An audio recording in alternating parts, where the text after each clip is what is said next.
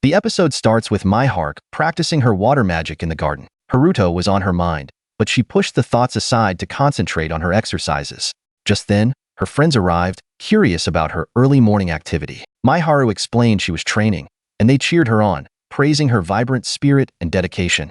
With a heartfelt thank you, she reminded them that while their lives were peaceful, Haruto was working tirelessly to maintain that security. This spurred her to train even harder, determined not to be a liability. One friend marveled at the speed with which she conjured water, then mentioned she knew Miharu had been corresponding with Aisha, attributing her blossoming abilities to this connection. Miharu replied that she'd express her gratitude to Aisha upon her return. The scene changed to Aisha's room. Latifa entered, presenting Aisha with a dish she'd specially prepared. Aisha took a bite and found it delectable, remarking that it tasted just like Haruto's cooking. Latifa confessed she'd learned the recipe from him. Next, the story moved to the forest, where Beltram Knights were on patrol. They were approached by Duke Seirei, who inquired if they were adventurers from a maid. They denied it and questioned his own presence in the forest. Seirei remained silent on that point, but deduced they were Beltram Knights. The patrol was astonished. He added that if they were referring to the knights stationed in a maid, he knew they served as Princess Flora's guard. He acknowledged they wouldn't know him, but stated he had some matters to discuss with them. Harry's companion reminded Seirei that as a Beltram noble, he ought to identify himself. He added that even if he did, it wouldn't alter the situation, so there was no issue with Seirei exerting his authority as a citizen, provided he didn't annihilate them. Feeling trapped, the knights resolved to attack and capture the adventurers. Seirei unsheathed his formidable blade. A soldier asked his captain for permission to evaluate the circumstances, but the captain refused. With breathtaking speed and power, Seirei lunged forward, striking one knight and then turning his attention to the others. One soldier attempted a sneak attack, aiming for Siri's head, but Seirei, employing physical enhancement magic, seized the knight and flung him into a tree. Witnessing their comrade's fate, the remaining knights joined the fray. Seirei continued to cut them down with his powerful sword. The exhilaration for Seirei peaked as he used his incredible swiftness to dart among them, delivering blows that rendered them unconscious. Observing this, a terrified Alphonse recognized the futility of continuing the fight, questioning how so many cursed swords were circulating. After the skirmish, Siri's companion cast a single spell to gather the unconscious knights, an act for which Seirei expressed his thanks. They continued to collect the incapacitated knights as Alphonse's anxiety escalated. He concluded they needed reinforcements and began to withdraw with his remaining men. Seirei warned him that he would pursue them regardless, and true to his word, he relentlessly chased them down with every attempt they made to flee. As promised, Seirei assured a still frightened Alphonse he wouldn't harm him. Alphonse, trembling, nervously offered Seirei all the money he carried. The scene then shifted to Haruto with Duke Haganat, Liz, and Flora. Haruto prepared to leave, expressing his gratitude for their hospitality. Liz informed him she would send an envoy in a few days, and expressed her hope that he might stay in a maid for the time being. Flora voiced her wish to speak with him further should they meet again, emphasizing her desire to express her thanks properly. Hiraki mentioned he would continue to patrol a maid's borders to ensure the safety of the surrounding region and added that if Haruto visited Liz's castle, there would be ample opportunities for them to converse.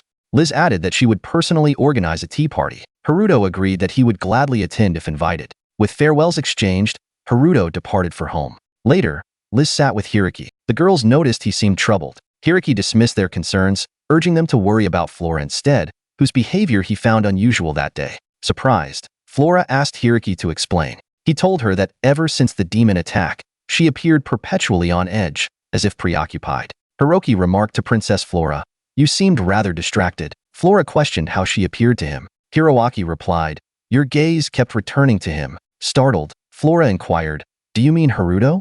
Hiroaki confirmed this observation. Flora explained, "As our representative, I felt obligated to consider how best to express our gratitude for rescuing us from such a perilous situation."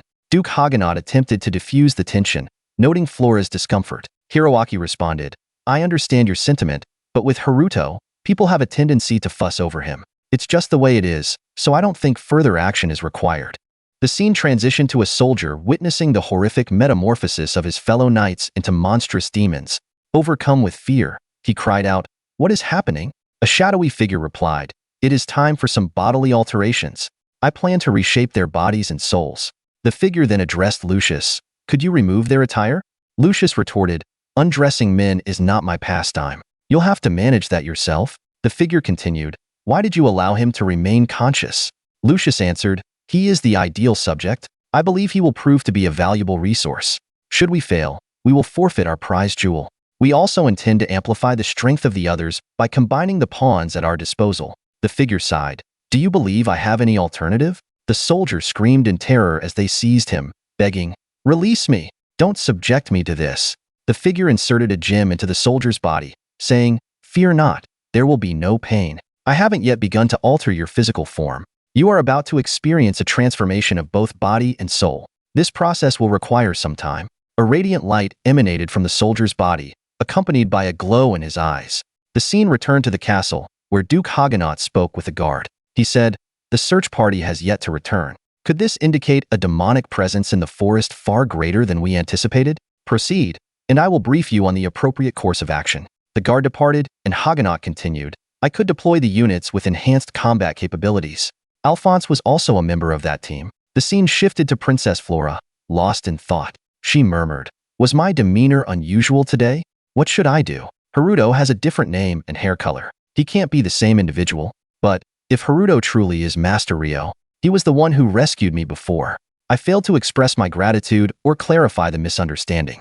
I was utterly helpless. Ought I to apologize to him? I know I committed a grave offense, and a mere apology will be insufficient. Next, Lizelot apologized to Duke Haganot. She said, I should have dispatched my own men. Haganot replied, No, it was I who insisted on assembling the standard search party with our knights. Their demise has not yet been verified. Let us reevaluate our strategy. Liz thanked him and stated, I will dispatch another group to the region. Haganot responded, Do so at dawn. They may still appear in the morning. We should have eradicated the majority of the demons in the previous engagement. Liz concurred, adding, Indeed, although a number of them escaped into the forest, I refuse to believe they all did. There are still minotaurs remaining. Haganot said, We have been preparing for the worst-case scenarios. There may be demons even more formidable than the minotaurs. Lizelot thought to herself, There was such a multitude of demons present. It's difficult to believe we eliminated them all, but this assumption is connected to our current predicament. She then addressed Haganot. I will request Arya to survey the area. I will also select from amongst my servants and soldiers, furnishing the most adept with cursed swords. Haganot proposed, I would like to contribute my knights as well, but Lizelot declined, saying, We cannot risk deploying more of your men. We will manage the remainder. Haganot then inquired about Haruto. Should we not solicit his assistance once more? Lizelot responded, While it would be simple to approach him if he were an adventurer from a maid, he is merely a civilian with someone under his protection. We cannot involve him needlessly. As long as there is a possibility of minotaurs appearing when a maid is under attack, we possess adequate strength to resist. Haganot agreed. You are correct. We should consult the adventurers first. It is a pressing matter. The scene returned to the shadowy figure conversing with the demons. He said, It appears the individuals we recently transformed are nearly accustomed to their new forms. They are akin to my offspring. After all, I wish to observe them further. He cast a concealment spell and then turned to Lucius. An exasperated Lucius complained, There are so many of them. Find somewhere to put them, won't you? I have finally found some tranquility. Now I can sleep soundly. But the figure countered, We will commence the operation tomorrow morning, launching our attack at sunrise, so do not oversleep. Lucius retorted, If you are concerned about me sleeping late, perhaps you should rely upon your new creations rather than myself. They are far more effective. Unlike those who are ineffectual, their power is reliable. I could have managed everything single-handedly if required, he grumbled. The figure observed, This one is a complete resurgence. He is more belligerent than the others, and his combat skills have been considerably augmented. He has forfeited his capacity for independent thought, yet he retains his intellect. He is challenging to control, but he will be invaluable during tomorrow's assault. The scene shifted to Aisha, conversing with Haruto. She said, I can detect demons, but their presence feels peculiar. It is as if they are dispersed, yet concentrated in the west. Ordinarily, such a potent presence would be easily discernible from a distance, but I cannot pinpoint their location precisely. Something is amiss. This has been troubling me since yesterday. The scene transitioned to the western gate, where a guard reported, There is someone on the main road. We have received a report that the knights in the forest may be returning imminently. The guard peered intently and realized, They are not knights. They are demons. Raising the alarm, he rang the bell to warn everyone.